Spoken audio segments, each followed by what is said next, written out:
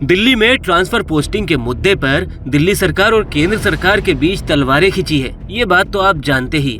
मगर बड़ी बात ये है कि केंद्र सरकार के अध्यादेश पर दिल्ली के मुख्यमंत्री अरविंद केजरीवाल ने पश्चिम बंगाल के मुख्यमंत्री ममता बनर्जी से मुलाकात की। इस दौरान पंजाब के मुख्यमंत्री भगवंत मान, दिल्ली सरकार में कैबिनेट मंत्री अतिशी, राज्यसभा सांसद संजय सिंह और राघव चड्ढा भी मौजूद रहे। आम आदमी पार्टी के इतने नेताओं की मौजूदगी से आप अंदाजा लगा सकते हैं कि ये मीटिंग आम आदमी पार्टी के लिए कितनी जरूरी है। इस मीटिंग के बाद केजरीवाल ने क्या कुछ कहा, सुनिए। इन लोगों ने जिस तरह से डेमोक्रेसी का मजाक बना दिया है, जहां भी 3 तरीके से ये चुनी हुई सरकारों को तंग कर रहे हैं। एक, पहली चीज कि जहां पे बीजेपी की सरकार नहीं बनती वहां ये एमएलए खरीद के सरकार गिरा देते हैं उस पार्टी की और अपनी बीजेपी की सरकार बना लेते हैं। दूसरा, जहां बीजेपी की सरकार नहीं बनती वहां ये ईडी और सीबीआई को इस्तेमाल करके दूसरी पार्टी के एमएलए को डराते हैं, धमकाते हैं, उनको तोड़ लेते हैं और उनकी सरकार गिरा के बीजेपी की सरकार बना लेते हैं।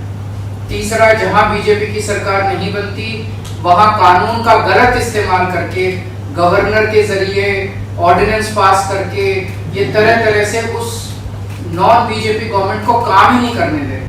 वहीं ममता बनर्जी ने क्या कहा वो भी सुनिए। और जो सुप्रीम कोर्ट वर्डिक्ट देने का बाद भी जो ऑर्डिनेंस लेके आया सेंट्रल गवर्नमेंट दिल्ली गवर्नमेंट के खिलाफ में, हमारा पार्टी के लिए मैं सब पार्टी को अपील करेंगे कि अगर हर पार्टी हम एक साथ में अपोजिशन हो सकता है, दिस इज द मौका है, तो एक बहुत बड़ा मैसेज जाएगा देश के लिए कि हम बीजेपी को राज्यसभा में हरा सकते हैं, तो ऑर्डिनेंस भी जा सकता है। ये बीजेपी को हराने के लिए 24 से पहले एक बहुत मौका मिल गया।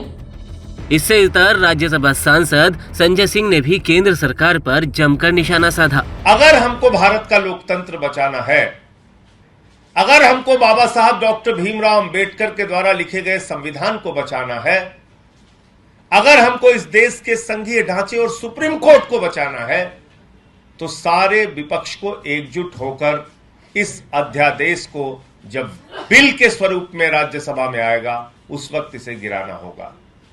और ये 2024 का सेमीफाइनल भी होगा, ये विपक्षी एकता का सेमीफाइनल भी होगा। आम आदमी पार्टी और टीएमसी के सबसे बड़े नेताओं ने इस मुद्दे पर क्या कहा वो तो आपने सुन ही लिया। अब आपको ये भी बता देते हैं कि आखिर ये पूरा मामला क्या है।